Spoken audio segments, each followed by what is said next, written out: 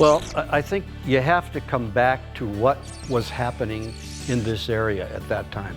There was no business here in the wintertime. The people came up from Chicago or from Milwaukee or from the major metropolitan areas, and they would water ski or swim or fish. And in the wintertime, they would close all the resorts. They would close all the restaurants because there was nothing really to do here. So once the snowmobile was invented, all the local business people were very enthused about promoting the snowmobile business. They developed clubs and all of the restaurants and the bars and the resorts, and snowmobiling really made all of the businesses as you would drive through town today. So snowmobiling was growing at a very rapid rate, so Yamaha getting into this business early was very important. Just think about it for a second from a Yamaha motorcycle dealer standpoint. The only thing the motorcycle dealer had to sell during that time was a few models of motorcycle. All I remember about when the SL350 came to our store, and of course, keeping in mind I'm 10 years old when this is going on, his dad said Yamaha is going to get in the snowmobile business. So it was kind of like Christmas when you opened a box. We got it, he took it out of the box, and I remember him opening it up. He said, wow, it looks like a motorcycle engine. It looks just like a YR1 350 Yamaha motorcycle motor kind of transplanted into a snowmobile. And they raced it, and they would break things, and they would reinforce things, and they would fix things, and they would modify things, and when they were done with it, it was amazing. Every year we came with more and more models from 1967 on. But we were able to have very good dealers now that had a product for the summer and had a product for the winter. I started racing Yamaha was through a dealer at home in Minocqua, Wisconsin, and we were winning quite a bit of races, myself and the two cousins.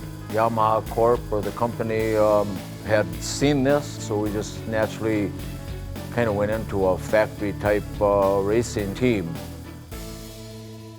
Of course, one of the very first races we went to was the Great Battle.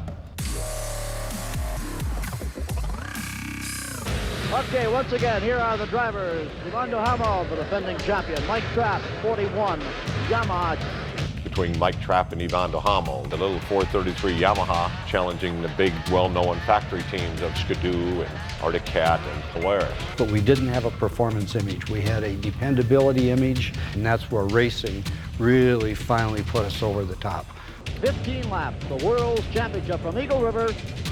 And we're going to be quiet because you're going to hear a roar when they take off, and here we go.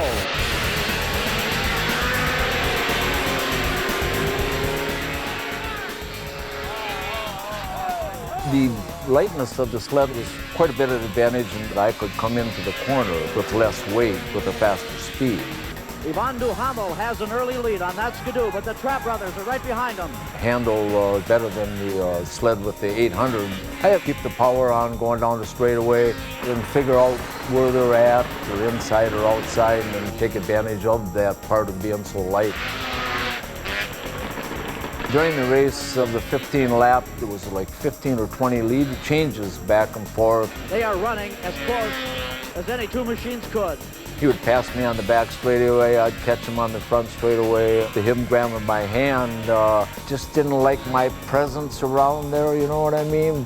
One more lap to go, one more lap. Finally, when I did come out of number 4, I kind of looked back over my shoulder there, and there was actually nobody there. Duhamel is out. He spun around. Mike Trapp is going to be the winner. And here's a checkered flag for Mike Trapp. Yamaha is the world's champion at Eagle River, Wisconsin. So to go to that race and then to see Yamaha win, like, wow, geez, Dad, Yamaha is like the coolest snowmobile ever built. I thought Ivan was still behind me there. I don't know if he spun out or what. Right. Did you guys ever collide during the race? A couple of times, yeah. And all of a sudden, Yamaha wins the World Championship. You rode a Yamaha, you were a winner. And we did so well the first year that I think it just surprised everybody, maybe even Yamaha. And unbelievable what had happened. It was almost like somebody opened the door that put us on the map.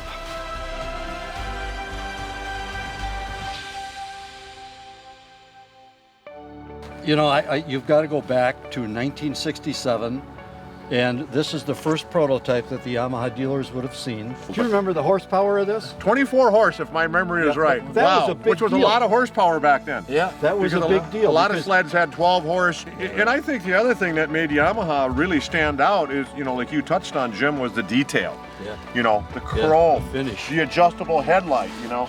3 years later, Mike takes this lightweight machine and he wins the world championship, beats everybody with all this technology from all those other companies all over the world. You know, it's unbelievable for me to realize it's been 50 years. Yes. I mean, I was there and I lived it, but I still don't quite believe it. Yes. You know, can you imagine? So, 1971. So you've got the snowmobile that you had at Eagle River. You're on the line, and you have this. Yes, and I do still feel the passion to ride, you know, as I did 50 years ago. I still love the sport. And that truly said, Jim, the passion never leaves you. Yeah, the passion for the sport never leaves you, you know. So this is my opportunity to say I'm so proud to know you guys and to have you guys here, honestly, and you made my job so tremendously much easier you can't imagine. So Thank you. Thank you Thank both you very much. very much. That's very nice of you to say.